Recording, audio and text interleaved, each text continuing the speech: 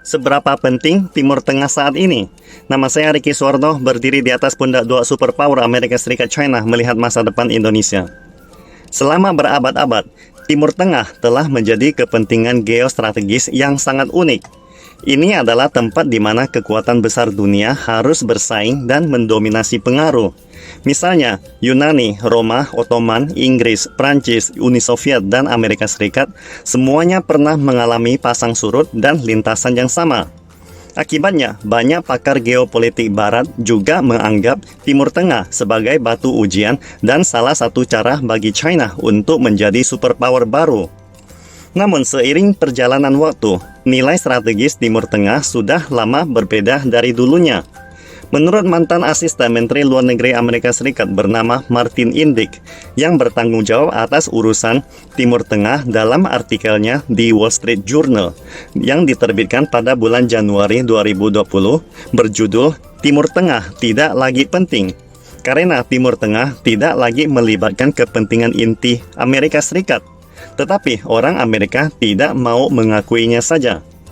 Timur Tengah dulunya merupakan arena perebutan kekuatan global. Tetapi hari ini kekuatan global sudah dalam suasana hati yang hampir putus asa. Sebelum Perang Dunia Kedua, Inggris, Prancis, dan Rusia bersaing sangat sengit di Timur Tengah.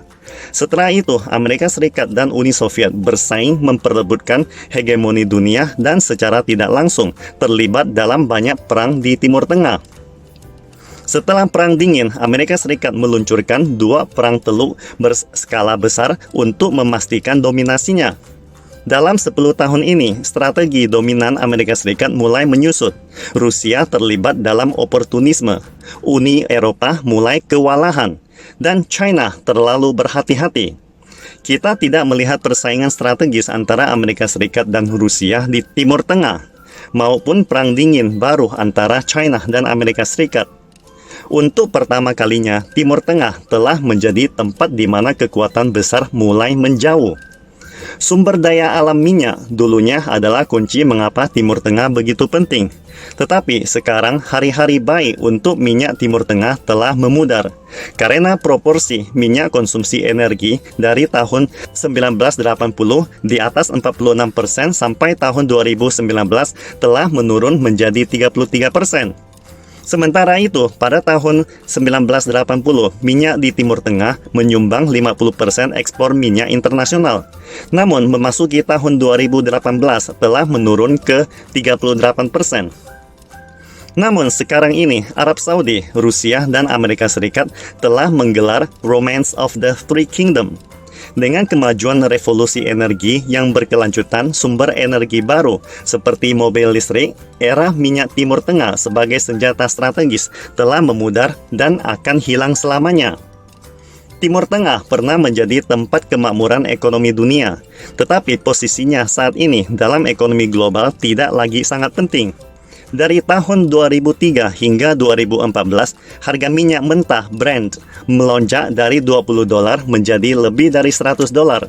Timur Tengah dengan segera menjadi salah satu pusat finansial, investasi, penerbangan, budaya, dan olahraga internasional.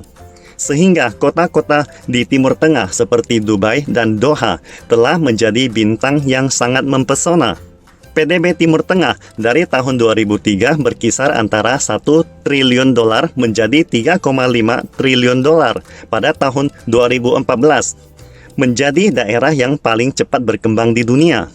Namun sayangnya ketika harga minyak turun, hari-hari nyaman ekonomi Timur Tengah perlahan-lahan menjadi hilang.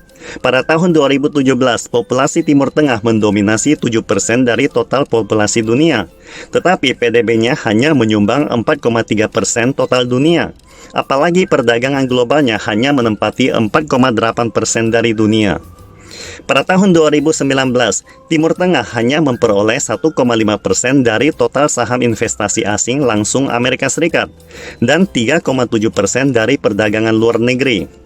Pada saat yang bersamaan, Timur Tengah juga hanya menerima 1,2% dari total saham investasi asing langsung dari China dan 7,1% dari perdagangan luar negeri. Dulunya, terorisme di Timur Tengah pernah menimbulkan keprihatinan luas di masyarakat internasional. Tetapi dalam beberapa tahun terakhir, tren lokalisasi terorisme menjadi semakin jelas. Ditandai dengan peristiwa 9/11, operasi global organisasi Al-Qaeda pernah membawa Timur Tengah kembali ke pusat strategi global Amerika Serikat yang menetapkan strategi global berpusat pada perlawanan terorisme. Namun setelah peristiwa 9/11, Amerika Serikat dan Eropa tidak lagi mengalami serangan terorisme skala besar dari Timur Tengah. Terorisme di Timur Tengah mulai terlokalisir. Ancaman teroris yang dihadapi Amerika Serikat dan Eropa terutama berasal dari strategi global Amerika yang mulai bergeser dari perlawanan terorisme beralih menjadi pemblokiran terhadap kebangkitan kekuatan besar baru dunia. Oleh karena itu, dapat dikatakan bahwa pentingnya terorisme Timur Tengah dalam strategi global juga telah menurun. Dalam beberapa tahun terakhir, ketika persaingan strategis antara China dan Amerika Serikat semakin sengit, peran Timur Tengah sekali lagi menarik perhatian dunia dan mulai memanas. Misalnya, para pakar politik Amerika menyarankan untuk mencekik leher jalur minyak China di Timur Tengah. Sebagai contoh, Gregory Gause, seorang pakar senior Amerika tentang isu-isu Timur Tengah menyarankan, jika China dan Amerika Serikat terjadi konflik di Asia Timur, Amerika Serikat dapat mencekik China memperoleh minyak Timur Tengah akan menjadi pegangan strategis bagi Amerika.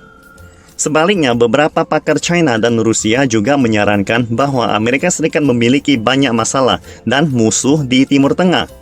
China dapat menggunakan Timur Tengah untuk meningkatkan atau menyeimbangi hubungan China dan Amerika. Namun, ketika persaingan antara kekuatan besar dunia mulai menarik diri dari panggung Timur Tengah, efektivitas minyak sebagai senjata strategis telah menurun tajam, dan kelayakan ide-ide di atas telah menjadi pertanyaan besar. Meskipun kepentingan minyak tidak setinggi dulunya, namun ketergantungan impor minyak China masih setinggi 73%, dan minyak dari Timur Tengah telah menyumbang 47% dari seluruh impornya. Sehingga Timur Tengah masih menjadi sumber kehidupan strategi energi China. Akan tetapi jika kita melihat kembali sejarah, kita akan menemukan bahwa sanksi minyak setelah tahun 1973 adalah sanksi yang dikenakan oleh negara-negara konsumen kepada negara-negara produsen.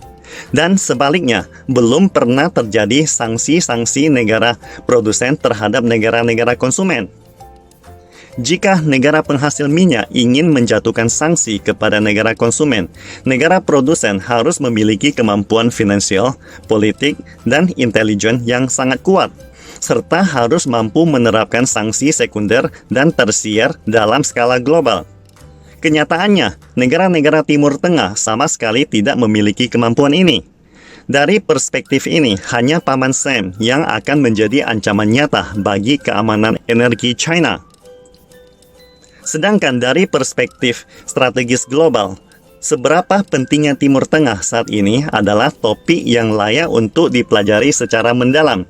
Akan tetapi, Timur Tengah memang tidak sepenting dulu lagi, dan ini telah menjadi kesimpulan pasti yang tidak kontroversial.